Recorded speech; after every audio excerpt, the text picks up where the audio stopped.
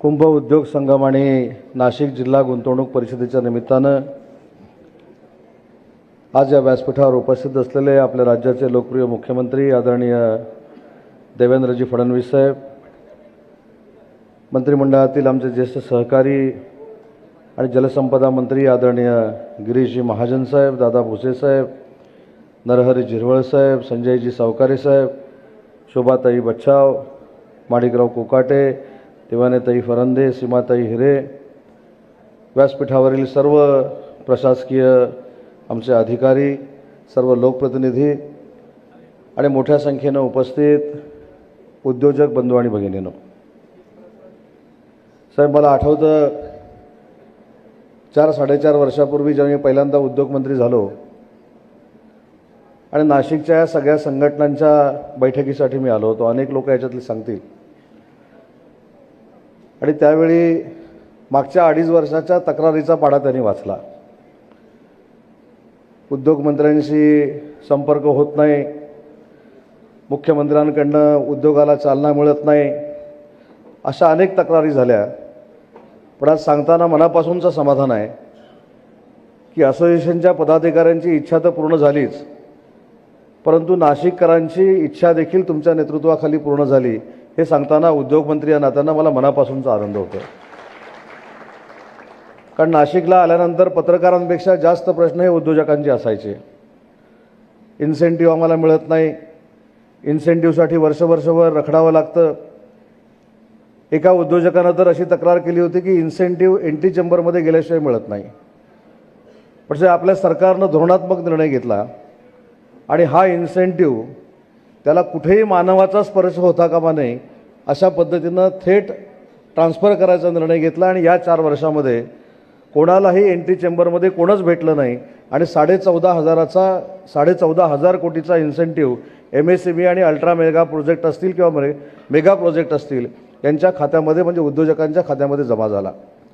त्याच्यामुळे उद्योजकांमध्ये नक्की उत्साह आहे. आणि नाशिककर उद्योजक त्यांच्या सगळ्या संघटना ज्या आहेत ह्या मतदारांपेक्षा चिकित्सक आहेत. म्हणजे इथं आल्यानंतर आता तुम्ही घोषणा केली की महेंद्राचा प्रकल्प येणार आहे, पण महेंद्राचा प्रकल्प आणण्यासाठी आपण जेवढा पाठपुरावा करतो त्याच्या 10 पट पाठपुरावा इथले नाशिककर करतात. आणि त्याच्यातनं ज्या क्लस्टरची निर्मिती झाली आणि देशातलं पहिलं ट्रायबल क्लस्टर हे आज नाशिकमध्ये करताना आम्हाला सगळ्यांनाच मनापासूनचा आनंद होतो आहे. आणि हे ट्रायबल क्लस्टर झाल्यानंतर शासनाची जमीन मागितली, ती देखील लवकरात लवकर मिळाली. सगळं नाशिककरांच्या असोसिएशनसाठी स्वप्नवत असं आहे. कारण त्यांना जे काही वाटत होतं की मैत्री पोर्टल आल्यानंतर आमचे कुशवाहा साहेब किती दिवसामध्ये त्यांची सगळी आलेले अर्ज मार्गी लावतील, तर ते देखील सांगताना मला उद्योगमंत्री म्हणून आनंद आहे की 99% मैत्रीचे सगळे अर्ज आम्ही परिपूर्ण केलेले आहेत. 1% फक्त आमची पेंडन्सी आहे आणि ती देखील काही तांत्रिक अडचणीमुळे आहे. नाहीतर 100% आपण न्याय देण्यामध्ये यशस्वी झालेलो आहोत. आणि म्हणून पारदर्शक सरकार म्हणून आणि पारदर्शक गतिमान सरकार म्हणून या नाशिककरांना जे अभिप्रेत आहे ते करण्याचा प्रामाणिकपणाचा प्रयत्न आम्ही सगळ्यांनी केला आहे. आज अजून 4-5 ठिकाणी आपण MIDC करतोय. त्याच्यामध्ये इगतपुरी आहे, राजूरबावला आहे, त्याच्यानंतर मनमाड आहे. जवळजवळ 1300 एकर जमीन MIDCच्या अंतर्गत आपण संपादित करणार आहोत. आणि महेंद्राच्या प्रकल्पाच्या बाबत जी काही शंका आहे ती आताच व्यासपीठावर मुख्यमंत्री महोदयांनी दूर केलेली आहे. महेंद्राचा प्रकल्प देखील नाशिकमध्येच होणार आहे. ती काळ्या दगडावरची रेघ आहे. त्याच्यामुळे जे काय उद्योग क्षेत्रामध्ये करायचं आहे ती करण्याची भूमिका मुख्यमंत्री महोदयांच्या नेतृत्वाखाली आम्ही नक्की घेतोय. आणि त्याच्यामध्ये साहेब कुंभमेळ्यामध्ये देखील आमच्या विभागानं सहभाग घेतलेला आहे.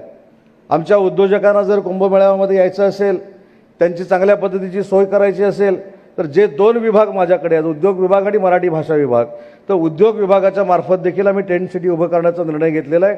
आणि मराठी भाषेच्या अंतर्गत देखील आम्ही हा निर्णय घेतलेला आहे. ज्या ज्येष्ठ साहित्यिकांना देशपातळीवरच्या कुंभमेळा बघायला यायचा आहे त्यांना आम्ही स्वतः निमंत्रित करणार आहोत. आणि त्यावेळी देखील मराठी भाषेच्या निमित्तानं आणि उद्योगाच्या निमित्तानं काही जर कॉन्फरन्सेस या ठिकाणी करता आल्या तो देखील करण्याचा निर्णय आमच्या विभागाने घेतला आणि त्याची जबाबदारी देखील विकास आयुक्तांवर आम्ही दिलेली आहे. त्याच्यामुळे उद्योग विभागाच्या मार्फत जे काही चांगलं करण्याचा प्रयत्न आम्ही करतोय त्याला नाशिककरांची नक्की साथ मिळेल हा विश्वास राज्याचा उद्योगमंत्री म्हणून या ठिकाणी मी व्यक्त करतो. साहेब अजून एक महत्त्वाची गोष्ट आहे, मुख्यमंत्री रोजगार निर्मिती योजना साहेब आपण निर्माण केली. खरी तर ती 2014 पासून सुरुवात झाली आणि मधल्या 2.5 वर्षामध्ये फक्त आपण 3,500 फक्त उद्योजक तयार करू शकलो. पण त्याच्यानंतर माननीय एकनाथ शिंदे साहेब मुख्यमंत्री झाले, तुम्ही मुख्यमंत्री होता, आता तुम्ही मुख्यमंत्री आहात. सगळं आपण रेकॉर्ड ब्रेक युवकांना स्वतःच्या पायावर उभं केलं. या 3-3.5 वर्षामध्ये जवळजवळ 67,000 युवक आणि युवतींनी मुख्यमंत्री रोजगार निर्मिती योजनेमधनं आपल्याकडनं कर्ज घेतलं आहे आणि ते स्वतःच्या पायावर उभे राहत आहेत. आजचा कार्यक्रम देखील अनेकांच्या डोळ्यात अंजन घालण्यासारखा आहे. कारण कायमस्वरूपी डावोसवर टीका होते. डावोसला गेल्यानंतर किती इन्व्हेस्टमेंट आणली याच्यावर टीका होते. त्याची देखील श्वेतपत्रिका मी आता विधानसभेमध्ये काढणार आहे. परंतु डावोसमध्येच आम्ही फक्त MOU करत नाही, तर महाराष्ट्राच्या उद्योजकांना देखील रेड कार्पेट दिलं आहे. हे आम्ही 3 वर्षापासून या राज्यामध्ये सुरू केलं आणि त्याची परिणिती अशी झाली की आज 14,384 कोटीचे नाशिकमध्ये MOU होत आहेत आणि त्याच्यातले किमान 75% आम्ही अंमलबजावणी करणार आहोत.